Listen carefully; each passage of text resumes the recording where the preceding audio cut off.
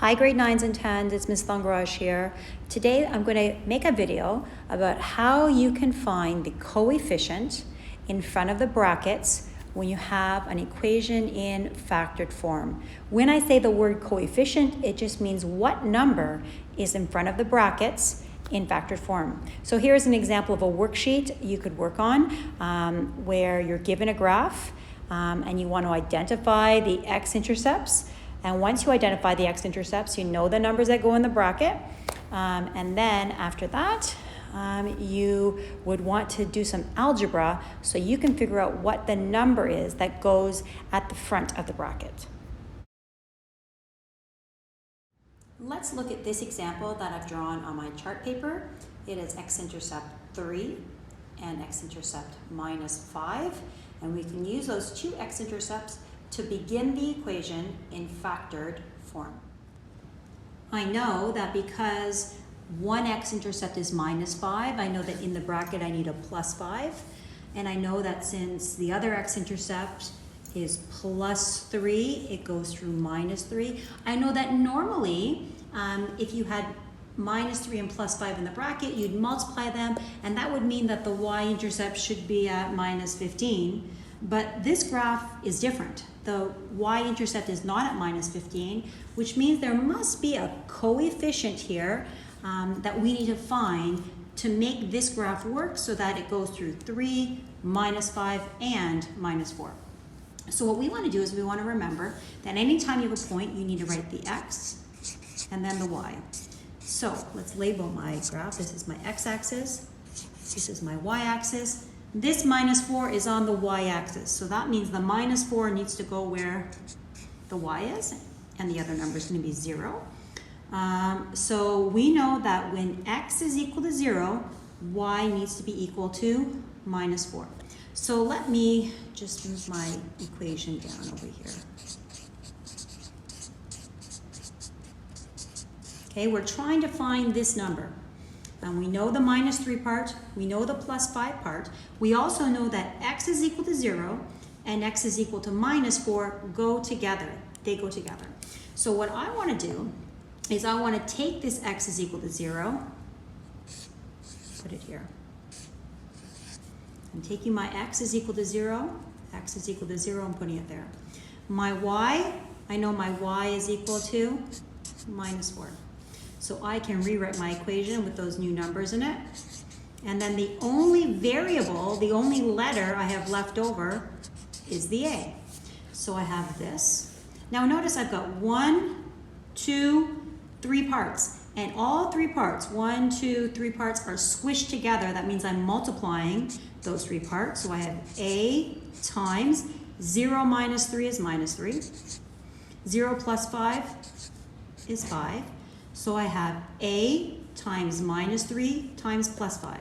So I have a times -15. And so what does that give me? Well, I've got an algebra equation here. And remember, what I want to find is I want to find the a. I want to get the a all by itself. So the opposite of multiplying, if I want to get rid of this part here, is to divide by -15. Here, this would cancel out. And my a would be left with -4 over -15. These two minuses cancel out, so it's just 4 over 15. So my equation would be y is equal to 4 over 15 x minus 3 x plus 5. We have found the a that will give us a graph where it touches -4. Let's check with Desmos to make sure that we didn't make a mistake.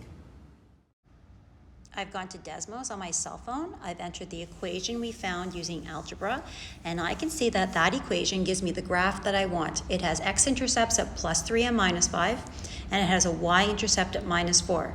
If I had put any other number in front of the brackets, I wouldn't have gotten this graph. The only reason I get this graph is because I used algebra, and I got 4 over 15 as the coefficient or the number that should go in front of the brackets.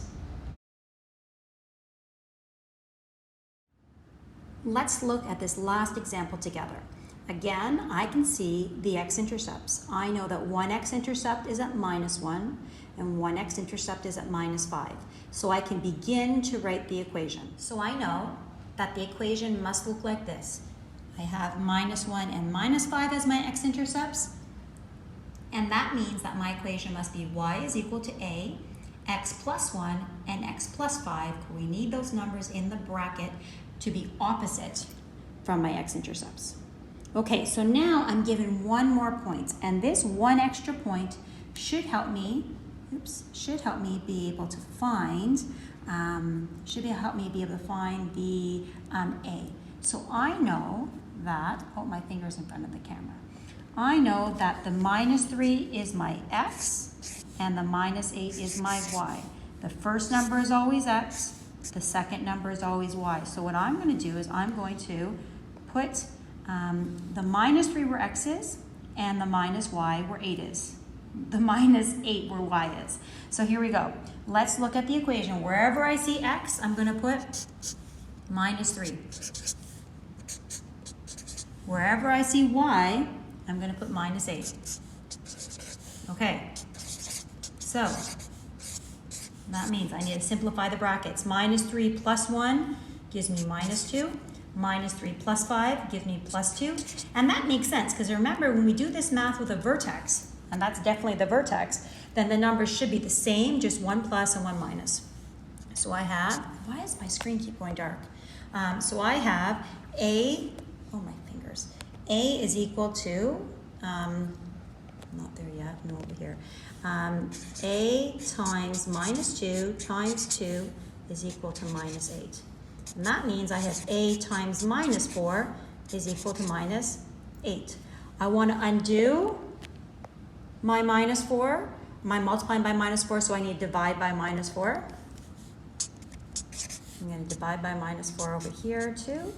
So my a is going to be equal to 2, which means my equation is going to be y is equal to 2, x plus 1, x plus 5. And if you were to graph that with Desmos, you would see that it would have the vertex -3, -8. Let's check with Desmos right now. I've entered the equation in Desmos. I put the a as 2, and then in the bracket I have x plus 1, x plus 5, because the x-intercepts are -1 and -5. And I can see that when I draw the graph with Desmos, I have vertex being -3, -8. And the only reason we got the correct vertex is because we used algebra to find the a. Your job today is to do several problems like this, where I give you a graph and you need to come up with the equation in factored form and find the correct a. Good luck, and if you have questions, I'm happy to help you.